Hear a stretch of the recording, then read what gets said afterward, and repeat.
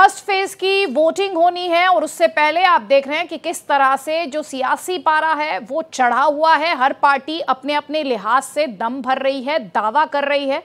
और इसी सिलसिले में आज जो हम बड़ी खबर आपके लिए लेकर आए हैं वो डिफेंस मिनिस्टर से जुड़ी हुई है। डिफेंस मिनिस्टर राजनाथ सिंह, इस लिहाज से ये खबर बढ़ी है क्योंकि विपक्ष और सरकार के बीच लगातार कई मुद्दों पर वार पलटवार जो है वो चल रहा है। किस तरह से राजनाथ सिंह ने देश की सिक्योरिटी, उनके पहले के स्टेटमेंट्स आपको याद होंगे, चाइना को लेकर उन्होंने बड़ा बयान दिया था, पाकिस्तान को लेकर बड़ा बयान दिया, और अब वो लेफ्ट को भी किस तरह से कॉर्नर कर रहे हैं। क्या है ये पूरी स्टोरी, देखिए इस रिपोर्ट में। लोकसभा चुनाव के पहले फेज की वोटिंग में अब सिर्फ 2 दिन बचे हैं। इसे लेकर बीजेपी और इंडिया गठबंधन के बीच वार पलटवार तेज हो चला है, जिसमें देश के परमाणु हथियारों को खत्म करने के वादे वाले सीपीआईएम के मैनिफेस्टो को लेकर इंडिया गठबंधन पर बीजेपी हमलावर है। इस बीच रक्षा मंत्री राजनाथ सिंह ने केरल के कासरगोड की चुनावी जनसभा में परमाणु हथियारों को खत्म करने के चुनावी वादे के पीछे की मंशा पर सवाल उठाए और इस मुद्दे पर कांग्रेस से अपना रुख जाहिर करने की मांग की है। राजनाथ सिंह ने कहा कि भारत के दोनों पड़ोसियों के पास परमाणु हथियार है। ऐसी स्थिति में भारत के परमाणु हथियारों को खत्म करने की बात करना देश की सुरक्षा के साथ खिलवाड़ करने से कम नहीं है, ये देश की सुरक्षा को कमजोर करने की साजिश है।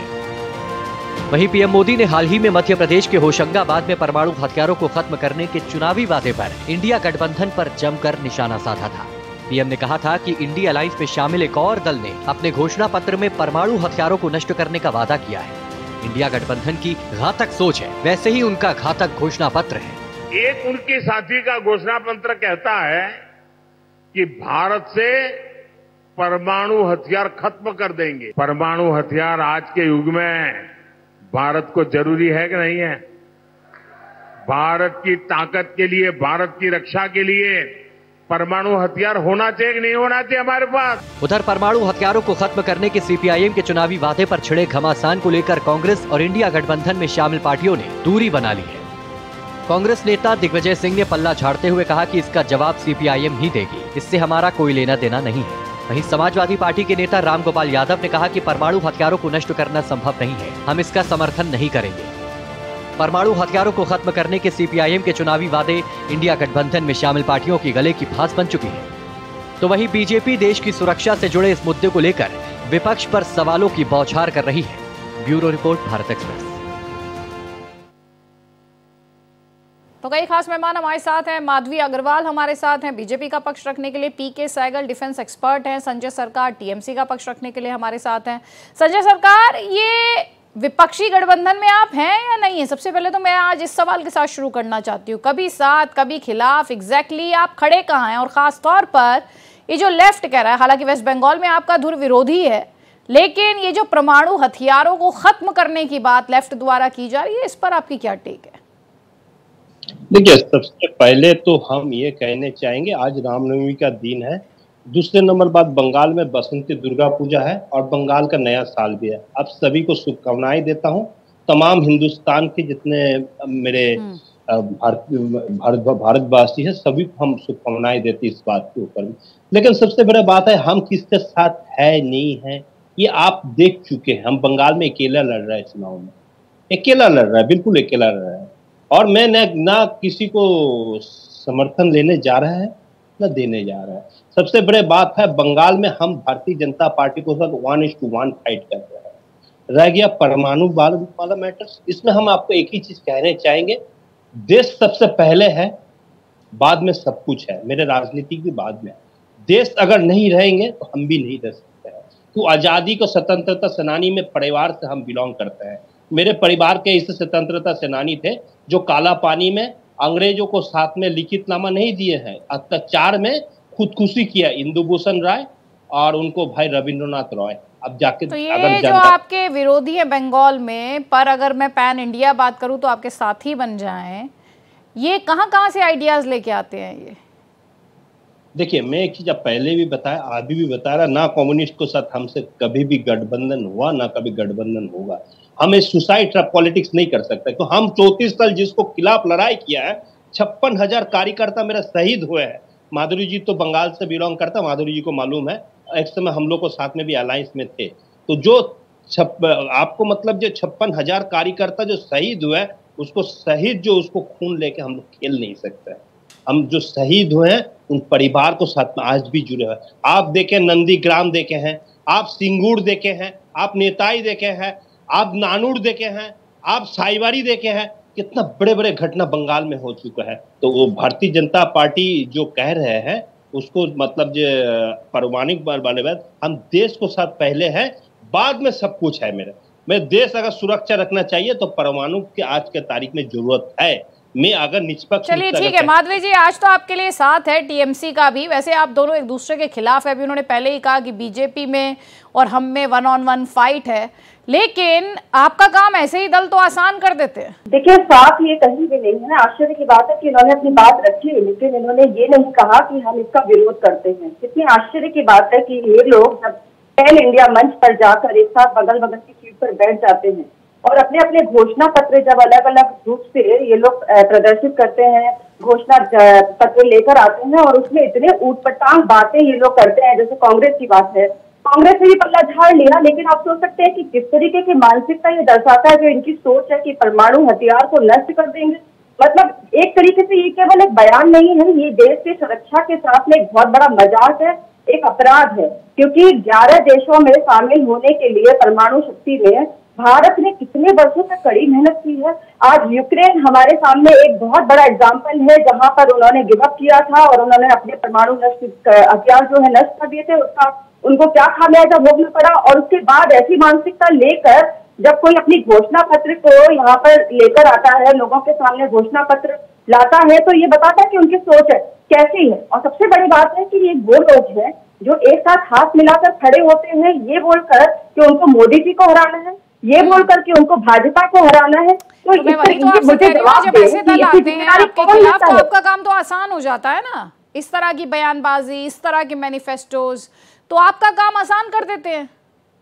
देखिए अदिति जी, ये खिचड़ी पार्टियां जो मिलकर खिचड़ी पका रही हैं, इनकी खिचड़ी जल चुकी है। क्योंकि ये लगातार जिस तरीके के अपने घोषणा पत्रों में वादे लेकर आ रहे हैं, जो लोगों को भ्रम पैदा कर रहे हैं, लोगों को भ्रमित कर रहे हैं, देश की जनता बहुत आसानी से समझ रही है। हम लोग मतलब हमारे लिए क्या, ये अपने आप में कहीं से भी इनकी मानसिक स्थिति ऐसी नहीं है जो ये बताती हो कि देश के साथ है। ये सिर्फ अपने दल के समीक्षा करने के लिए, अपने दल को आगे बढ़ाने के लिए, अपने नेताओं को किसी तरीके से भी केंद्र में स्थापित करने के लिए, अपने परिवार को केंद्र में स्थापित करने के लिए, परिवारवाद की राजनीति को आगे बढ़ाने के लिए ये लोग अपने आप को कहीं से भी आपने, क्योंकि यहाँ पे संजय सरकार से ये कहा कि भाई आप इनके साथ नहीं है तो आप इनके खिलाफ भी नहीं है। अभी आपने सुना माधवी जी ने कहा आप इनके साथ नहीं है तो आप खुलकर इनके खिलाफ भी नहीं बोलते हैं, और खास तौर पर जब पैन इंडिया मंच की बात आ जाती है तो इनके बगल में जाके बैठ जाते हैं, बॉयकॉट नहीं करते हैं इनका। देखिए मैं एक चीज आपको पहले भी बताया, कम्युनिस्ट को हम लोग घोर विरोध है, वामफ्रंट के खिलाफ है, आज भी है, कल भी रहेंगे। मैं आपको एक चीज बता दे रहे हैं। और रह गया ये परमाणु वाला मैटर जो है, मेरे देश सबसे बड़े है, देश को अगर सुरक्षा का मैटर में है हम 0 टॉलरेंस है, हम इसमें कभी भी 0 ठीक है। वरुण पुरोहित आवाज मिल रही है? वरुण पुरोहित आवाज अगर आप तक पहुंच पा रही हो? जी आ रही है। ये इस तरह से जीत दर्ज की जाएगी? देखिए जिन कैपेबिलिटीज को बिल्ड करने के लिए जनरेशंस लग जाती हैं, उन्हीं को लेकर क्या कह रहा है लेफ्ट? अदिति जी मेरी आवाज आ रही है? जी जी आ रही है मुझे आपकी आवाज, और इसी पर मैं आपका जवाब चाह रही हूँ। अदिति जी लेफ्ट का जवाब तो लेफ्ट देगा, लेकिन आज राजनाथ सिंह जी ने माना कि इंदिरा गांधी जी का कंट्रीब्यूशन है परमाणु कार्यक्रम में, और दुनिया लोहा मानती थी इंदिरा गांधी का, आज इनको मानना पड़ रहा है। ये तो कहते हैं 2014 के बाद ही किया हमने सब कुछ, उसके पहले मानते ही नहीं थे। अरे लेफ्ट की बात लेफ्ट करेगा, कांग्रेस की बात तो कांग्रेस करेगी ना। मैं वही तो लेफ्ट जो बोल रहा है, लेफ्ट जो बोल रहा है उसे किसी भी एंगल से डिफेंसिबल या डिफेंसिबल माना जा सकता है। देखिए मैंने उनका पढ़ा नहीं है घोषणा पत्र, परमाणु अस्त्रों का कम करने का कार्यक्रम तो पूरी दुनिया में चल रहा है, लेकिन उन्होंने किस रेफरेंस में कहा है वो तो वही समझा पाएंगे। हम तो मानते नहीं, हम तो इंदिरा गांधी की लेगेसी को मानते। जब पूरी दुनिया एक टर्मोइल से होकर गुजर रही है, अभी हम देख रहे हैं ईरान और इजराइल के बीच क्या चल रहा है। इजराइल ने इतने सारे फ्रंट्स खोले हुए हैं, गाजा से लेकर हिजबुल्लाह के खिलाफ लेबनान में। ऐसे टाइम पर जब पूरे तरीके से हम देख रहे हैं दुनिया भर में इंस्टेबिलिटी है, ये कि कहाँ से हमारे नेता, कहाँ से ये राजनीतिक दल है जो चुन चुन कर लेकर आते हैं और इन बिंदुओं पर फिर राजनीतिक संग्राम होता है। पीके सहगल सर, आपके पास में आऊंगे, लेकिन वरुण पुरोहित ने एक बिंदु उठाया। वरुण पुरोहित ये कह रहे हैं, माधवी अग्रवाल, कि आपकी गवर्नमेंट को ये मानना पड़ता है कि कांग्रेस का इसमें कंट्रीब्यूशन रहा है। जी, मैं ये कहना चाहूंगी कि मैं ये नहीं कह रही कि कांग्रेस का कंट्रीब्यूशन या इंदिरा गांधी जी का कंट्रीब्यूशन नहीं था, बिल्कुल होगा, लेकिन जिस तरीके से अटल बिहारी वाजपेयी जी ने आकर देश को परमाणु हथियार से सशक्त बनाने की जो एक सोच थी, उसके तहत पोखरण में जिस तरीके से पहला परीक्षण हुआ, इसको देश भूल नहीं सकता, क्योंकि उस समय एक इच्छा शक्ति की मजबूती की आवश्यकता थी जो एक नेतृत्वकर्ता ही कर सकते थे, और ये नेतृत्वकर्ता थे अटल बिहारी वाजपेयी। और उन्होंने अपनी इच्छा शक्ति को मजबूत करते हुए घोर विरोध होने के बाद भी, इतना अमेरिका का इतना दबाव होने के बाद भी देश को परमाणु हथियार से सशक्त बनाने की जो पहली मुहिम शुरू की थी, वो वही दिशा में जाकर आज भारत हमारा 12 देशों की सूची में आ पाया है। तो ये कहना गलत नहीं होगा कि अगर इंदिरा गांधी जी को अगर आप लोग देना चाहते हैं इसका कहीं पर भी अगर क्रेडिट, तो इसमें कोई बुराई नहीं है, लेकिन क्या आपको उसके साथ में अटल बिहारी वाजपेयी की इच्छा शक्ति और पोखरण से परीक्षण को कभी जवाब लीजिए वरुण पुरोहित जी का। तो ये नाम भूल गए, तो 2014 से तो ये रट लगाते हैं 2014 के बाद हुआ है, उसके पहले कुछ हुआ ही नहीं, हुआ ही नहीं। मैं तो अटल जी का किसी भी प्रधानमंत्री के लिए नहीं कह रहा, सभी का कह रहा हूं मैं तो, कि हमारे पूर्वजों ने इतनी मेहनत की, जब जाके परमाणु शक्ति बनी। जब भारत आज ये मजा ले पा रहे हैं 2014 की बात का नारा लगाते हैं, आप जब ले पा रहे हो जब हमारे पूर्वजों ने इसकी मेहनत की, परमाणु शक्ति बनाई। दूसरा, इनका ऑब्सेशन देखिए, राजनाथ सिंह इतने वरिष्ठ हैं, युवा मोर्चा का भाजपा के अध्यक्ष रहते रहते इतनी मेहनत करके इतने बड़े नेता बने, उनका ऑब्सेशन देखिए 10 साल बाद सरकार बनने के बाद भी कांग्रेस जवाब दे, कांग्रेस जवाब, क्या ऑब्सेशन है, क्या इनकी मानसिक स्थिति हो चुकी है? अरे नहीं, कांग्रेस है 10 साल में तो ये जवाब देंगे। सुनिए मेरी बात सुनिए, कम्युनिस्ट पार्टी ने कुछ गलत लिखा है तो दुनिया भर के तो ईडी पीडी सब जगह जाते हैं, शिकायतें करते हैं, तो नहीं इलेक्शन कमीशन में शिकायत की, अगर गलत लिखा है तो वहां तो नहीं कर पा रहे, इसका मतलब डरते हैं क्या वामपंथी पार्टी से? ये खाली एक इनका ऑब्सेशन है कांग्रेस को कोसना हर जगह। कांग्रेस का कोई विलय तो हुआ नहीं है वामपंथियों के साथ, अलायंस हुआ है, for a greater cause alliance हुआ है, तो हमने अलायंस किया सब पार्टियों के साथ, ममता दीदी के साथ भी अलायंस है, उनके साथ भी अलायंस है, सब पार्टियों के साथ अलायंस है। डेमोक्रेटिक कैसा अलायंस है ये? जब वेस्ट बंगाल में कैसा अलायंस है सर? इसीलिए तो आपकी जो खिचड़ी है उस पर सवाल उठते हैं ना। अभी वायनाड में राहुल गांधी के खिलाफ लेफ्ट जितना जहर उगल रहा है, शायद ही कोई और दल उगल रहा होगा उतना जहर। अभी आपने टीएमसी की बात की, सर सुन लीजिए ना प्लीज, टीएमसी की बात की, टीएमसी तो आपसे अलग लड़ रही है चुनाव। पता नहीं आप लोग किस तरह के साझेदार हैं जो आपस में, आप कह रहे हैं लेफ्ट हमारा साथी है, अरे सर आपका साथी है तो आप पावर में आकर साथ चलाएंगे ना सरकार। किसका मैनिफेस्टो चलेगा, ये सवाल नहीं पूछा जाएगा, किसका मैनिफेस्टो चलेगा, या अपने आप से अपनी कन्वीनियंस के हिसाब से पिक एंड चूज कर लेंगे आप? ये एक सवाल है, पूछूंगी, इस सवाल का जवाब लूंगी मैं आपसे। लेकिन पीके सहगल सर, आम दर्शकों को आप ये बताएं, हमारे दर्शकों को ये बताएं कि ये क्यों इस वक्त इस तरह का कहना कि आप जो भारत की परमाणु ताकत है उसको खत्म करेंगे, उसको क्षीण करेंगे, क्यों इस वक्त ये आउट ऑफ इसे बोलना चाहिए कि प्रैक्टिकल नहीं है, खासतौर पे ये देखते हुए कि जिस दुनिया में हम रहते हैं उसे उसकी डिफेंस कैपेबिलिटीज के लिहाज से जज किया जाता है आज की तारीख में, और फिर आती है इकोनॉमिक पावर। देखो, सारा देश जानता है और कम्युनिस्ट पार्टी खुद भी जानती है कि देश को सुरक्षित रखने के लिए आज परमाणु बम वेपन्स को आप नष्ट नहीं कर सकते।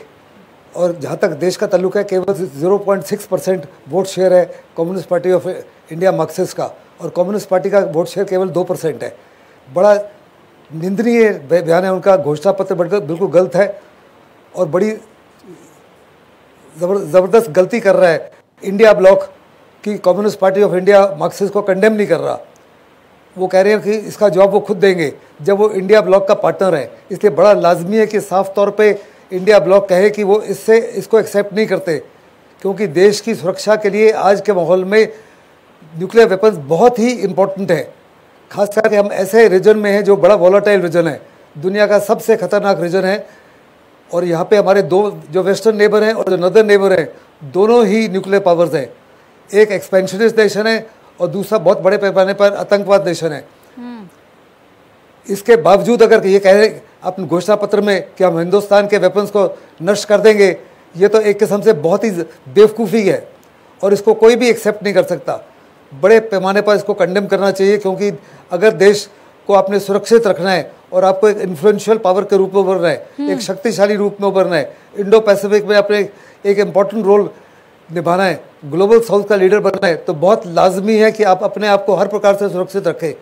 आपको याद होगा कि 1971 वॉर में इवन अमेरिका का जो 7th फ्लीट थी वो न्यूक्लियर वेपन्स लेकर आ गई थी। इसलिए कौन आपका दोस्त है या कौन मित्र है वो समय के अनुसार डिपेंड करता है। इसलिए हिंदुस्तान को हर प्रकार से अपने आप को सुरक्षित रखने के लिए बहुत ही लाजमी है कि आपकी न्यूक्लियर डेटरेंस इतनी ज़बरदस्त हो और न्यूक्लियर ट्रायड इतना ज़बरदस्त हो कि किसी भी देश, चाहे रशिया हो, चाहे अमेरिका हो, चाहे चाइना हो या पाकिस्तान को, किसी की हिम्मत ही ना हो हिंदुस्तान को बुरी नज़र से देखने की। इसलिए बड़ा लाजमी है कि इंडिया ब्लॉक जो है इसको कंडेम करे, बजाय चुप्पी खाने और कहे कि आपको रोक रही हूँ सर, जवाब ले लेते हैं। वरुण पुरोहित, आपने सुना डिफेंस एक्सपर्ट सीधे तौर पर ये कह रहे हैं कि आप एक ब्लॉक के तौर पर तो उनको कंडेम कीजिए, आप ऐसा कैसे कर सकते हैं भाई? इसे तो टैसिट सपोर्ट माना जाएगा आपका। सहगल साहब बड़े वरिष्ठ हैं, उन्होंने भी रेफरेंस 1971 का ही दिया, इंदिरा जी की रेजिम का ही। अरे सर 71 का दे, 65 का दे, जिस वॉर का देना उसका दे ले सर। आपसे जो सवाल है आप उस सवाल का जवाब दीजिए प्लीज। सब कुछ हम ही करें।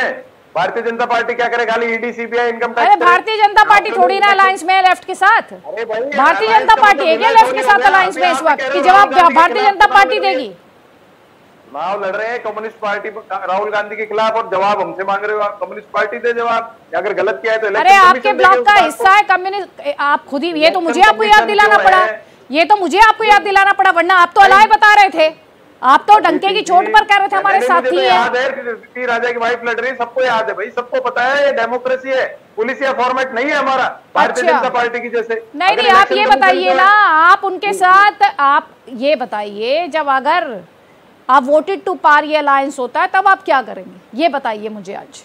जब सरकार बनेगी तो कॉमन मिनिमम प्रोग्राम बनेगा। इंदिरा गांधी, राजीव गांधी जी, नेहरू जी का जो मॉडल था हमारा, हम उसी पे स्टिक करेंगे, उसी को मानेंगे। सिक्योरिटी पर बात कर रहे हैं सर, नेशनल सिक्योरिटी पर कोई ऐसा नहीं है कि टू माइंड्स में कोई जाता हो। नेशनल सिक्योरिटी अटमोस्ट प्रायोरिटी का मुद्दा होती है। आप जो इस वक्त बातें कर रहे हैं, अभी आपने सुना जिस शब्द का इस्तेमाल करने से मैं कतरा रही थी, उसका इस्तेमाल अभी सहगल साहब ने किया था, और मैं रिपीट नहीं करना चाहती कि इस तरह की बातें करना आज के जमाने में कितना, क्या कहूं मैं, कितना अनवाइज है। हाँ, अरे भाई जो मैं कब अच्छा बता रहा हूँ क्या उसको, किसी भी चीज को हम तो हमारे उसको कंडेम करने में क्या दिक्कत हो रही है? हमारी बात की कर सकते हैं कि हम इंदिरा गांधी जी की पॉलिसी पे रिलाय करेंगे। इंदिरा जी के टाइम जैसी पॉलिसी थी देश को सुरक्षित रखने की, उस हिसाब से चलेंगे। हमारी सरकार बनेगी तो। अब कम्युनिस्ट पार्टी ने क्या किया, बीजेपी ने क्या किया? यूपीए की पे तो नहीं चलेंगे ना आप? 2004 से जो 14 के बीच इस देश ने देखा उस पे नहीं चलेंगे ना आप, ये कह रहे हैं ना? बिल्कुल, इंदिरा गांधी, राजीव गांधी की पॉलिसी पे चलेंगे। हाँ, तो यूपीए के पे नहीं चलेंगे आप, मतलब कुल मिला के आप ये कह रहे हैं? मैंने आपको कहा यूपीए के टाइम में इंदिरा जी, राजीव जी की पॉलिसी पे ही चले थे, जब भी मनरेगा वगैरह लाया। नहीं, मनरेगा अलग है सर, नेशनल सिक्योरिटी अलग है। नेशनल 26/11 का अटैक भी है, उसके बाद रिटेलिएशन नहीं है, उसके बाद राउंड ही होते रहे, मीटिंग ही होती रही, और ये कंक्लूजन निकाला गया कि attacking Pakistan would have more cost than not attacking Pakistan. तो आप जो बात कह रहे हैं सर, उस कॉन्टेक्स्ट में बड़े बड़े डिप्लोमेट्स ने किताबें लिखी हैं और सवाल उठाए, फॉर्मर एयरफोर्स चीफ तक ने सवाल उठाए। तो प्लीज पीके सहगल सर आप बात पूरी कर लीजिए। ये कह रहे हैं अच्छा तो कुल मिला के हम अगर आए तो हम इंदिरा जी की जो पॉलिसी रही थी उस पर आगे बढ़ेंगे। समय देंगे अदिति जी, 10 सेकंड ठीक है संजय जी, पहले आप ले लीजिए, उसके बाद सहगल सर मैं आपको क्लोजिंग रिमार्क के लिए दे दूंगी। पहले मैं बताता हूँ, जब पाकिस्तान इंडिया को अटैक किया था तो ये कम्युनिस्ट लोग बोला नहीं इंडिया पाकिस्तान को अटैक किया। जब चाइना इंडिया को अटैक किया था 62 में, तब बोला ये चाइना इंडिया चाइना को अटैक किया था। ये तो कम्युनिस्ट का मतलब ये है। 1974 में पहले देखिए हम लोग को मतलब परमाणु की हो, उसके बाद वाजपेयी जी को जमाना में हुआ है, बेसिकली मनमोहन जी को 2008 में हुआ। ये बहुत बड़े बात है। जब राष्ट्रीय सुरक्षा का बात आते हैं, इस समय सबको समर्थन करना चाहिए, उस समय दल नहीं देखना चाहिए। हम टीएमसी है, बीजेपी है, कांग्रेस है, नहीं देखना। जो देश को खिलाफ है उसको गद्दार बोलना चाहिए। ये कम्युनिस्ट लोग पहले गद्दार था, आज भी गद्दार है, इसमें कोई दो राय नहीं है। ये दो राय नहीं, ये चाइना का दलाल था, आज भी दलाल है। मैं हकीकत बता रहा हूं आपको। और देश की सुरक्षा का मामला में ठीक है, आप ये कह रहे हैं इनकी जो एलिजियंस है, इनकी जो भक्ति है वो इंडिया की तरफ नहीं चाइना की तरफ है, आप सीधे तौर पे ये बात करें। सहगल सर, ठीक है सहगल सर, कंक्लूडिंग रिमार्क मैं आपका लूंगी। मैं संजय से बिल्कुल सहमत हूँ कि जहाँ तक कम्युनिस्ट पार्टी ऑफ इंडिया है उसका हमेशा ही रवैया रहा है प्रो चाइना, वो एंटी नेशनल है in their outlook and in their attitude. बड़ा लाजमी है कि इंडिया ब्लॉक इसको कंडेम करे, अगर इंडिया ब्लॉक इसको कंडेम नहीं करता तो उनको बहुत नुकसान हो सकता है इलेक्शन में। पूरा देश जो है सुन रहा है ये बात, और पूरा देश कि आज में हिंदुस्तान सुरक्षित है, तो बड़ा लाजमी है कि आपके पास हर प्रकार के वेपन्स हों, पर्टिकुलरली न्यूक्लियर वेपन्स, आप अपने आप को डिफेंड कर सकें। और वो तमाम जितने भी लोग हैं या जितने भी देश हैं जो बुरी नज़र से हिंदुस्तान की तरफ देखेंगे, उनको साफ तौर पर नजर आए कि हिंदुस्तान उनको बड़ी ज़बरदस्त नुकसान पहुंचा सकता है, उतना ज़ोर से थप्पड़ मार सकता है जितना ज़ोर से वो हमको मारेंगे, और इसलिए उनके हित में नहीं होगा हिंदुस्तान की तरफ बुरी नज़र से देखें। बहुत लाजमी है कि कम्युनिस्ट पार्टी के इस मैनिफेस्टो को कंडेम किया जाए। ठीक है, चलिए मेरे पास वक्त इतना ही है। आप सभी मेहमानों का बहुत बहुत शुक्रिया इस डिस्कशन का हिस्सा बनने के लिए।